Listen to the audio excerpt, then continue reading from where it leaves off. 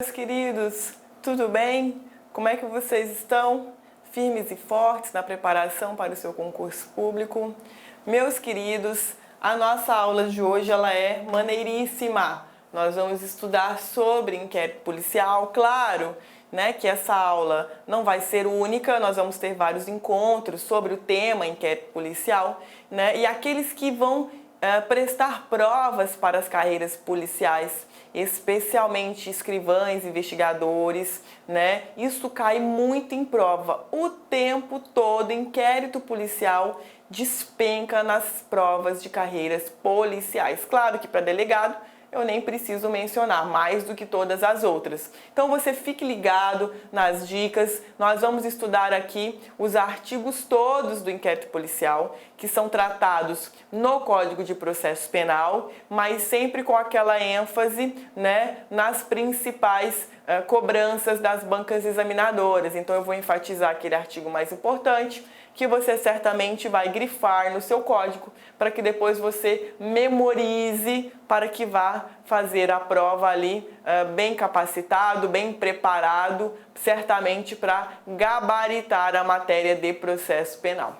Então vejam vocês que o inquérito policial ele está ao longo do artigo 4º ao artigo 23 do nosso Código de Processo Penal, e ele, meus queridos, ele cuida de um procedimento administrativo. Então vejam vocês que o nosso Código de Processo Penal, ele não regula apenas o processo propriamente dito, mas ele regula também a fase que vai anteceder o processo, que é o inquérito policial e que também nos outros encontros nós vamos estudar a ação penal propriamente dita. Então vejam que ele é um procedimento administrativo que visa basicamente coletar informações que sejam suficientes para esclarecer dois aspectos extremamente importantes, que é a materialidade delitiva, ou seja, materialidade delitiva significa dizer que o crime efetivamente ocorreu. Então, exemplo, crime de homicídio, o corpo foi encontrado. Então, existe uma materialidade do crime de homicídio, na medida em que se encontrou a pessoa que foi morta.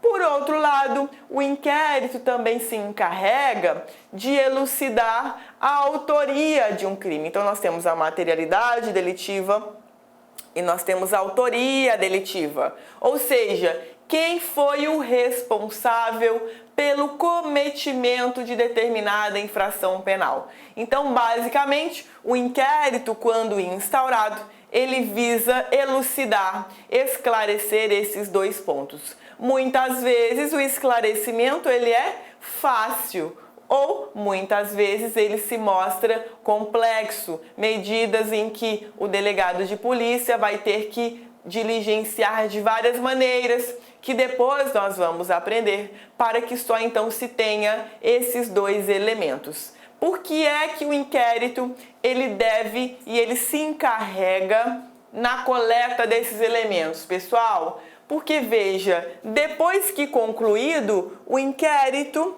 ele é encaminhado para o Ministério Público, para que o Ministério Público ele possa propor a subsequente denúncia criminal. Porque, gente, o Estado, em regra, depois a gente vai ver as exceções com calma, mas o Estado, em regra, ele é o titular do poder punitivo estatal. Então vejam vocês, quando nós temos uma vítima, não é a vítima quem titulariza, em regra, tem exceção, a propositura dessa ação penal, que é uma forma de provocar o Estado para processar e julgar aquele que praticou o crime. Quem detém essa titularidade é o Estado através do Ministério Público, que é o promotor de justiça. Então veja que o inquérito, quando relatado, ele é encaminhado para o promotor de justiça e ele é quem vai constatar se existem elementos mínimos capazes de consubstanciar, de embasar a denúncia criminal que ele vai propor. Então veja que, quanto à materialidade do crime, é certa que ela deve existir, para que o promotor esteja convencido de que de fato o crime ocorreu. Agora, a autoria, ainda na fase do inquérito, muitas vezes ela não está demonstrada de forma clara. Muitas vezes existem indícios de que determinada pessoa tenha efetivamente praticado esse crime. Mas esses indícios, meus queridos, eles por si só já são suficientes para convencer o promotor de justiça, no caso o Estado, a propor a denúncia criminal contra essa pessoa. Porque no curso do processo é que se vai aprofundar no esclarecimento desses dados que podem ou não gerar a condenação da pessoa denunciada. Então veja que o inquérito policial, que nós também chamamos fase policial, é o quê? É o momento em que se colhe informações gerais, né, para que seja preparada a denúncia criminal. Então veja, também denominado de investigação preliminar. Por que preliminar?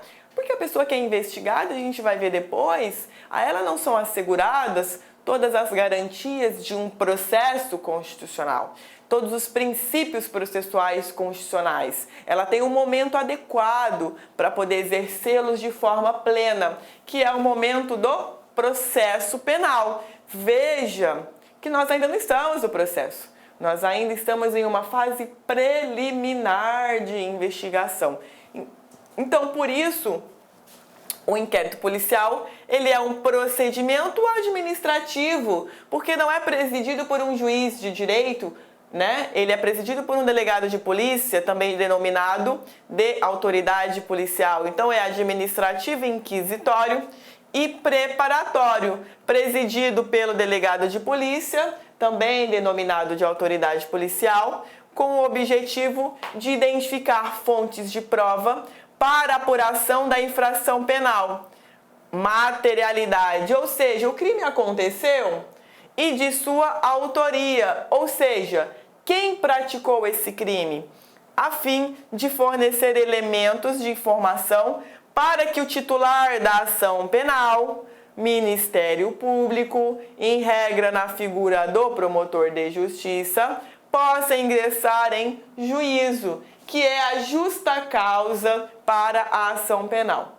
Essa justa causa para a ação penal, lá na nossa aula de ação penal, nós vamos esmiuçá-la. Não se preocupem sobre isso agora, mas só para que vocês comecem a ter uma visão ampla do procedimento. Então veja que o inquérito ele possui algumas funções. Primeira delas, preparatórias. Então, ela vai buscar, fornecer elementos de informação para que o titular possa ingressar em juízo com a denúncia criminal, além de acautelar meios de prova que poderiam desaparecer com o decurso do tempo. Como assim, professora? Ora, muitas vezes nós temos o cometimento de determinado crime que, em razão do decurso do tempo, ele vai perder os seus vestígios. Então, exemplo, vamos pegar lá um crime de estupro. Então, no estupro, logo na fase da investigação, quando a vítima ela é estuprada, ela é submetida a um exame pericial de constatação, né, de violência sexual. Então veja que crimes sexuais, de uma maneira geral, no decurso do tempo, o decurso do tempo, aliás, ele vai acarretando o quê? A perda dos vestígios. Então, se uma vítima ela é estuprada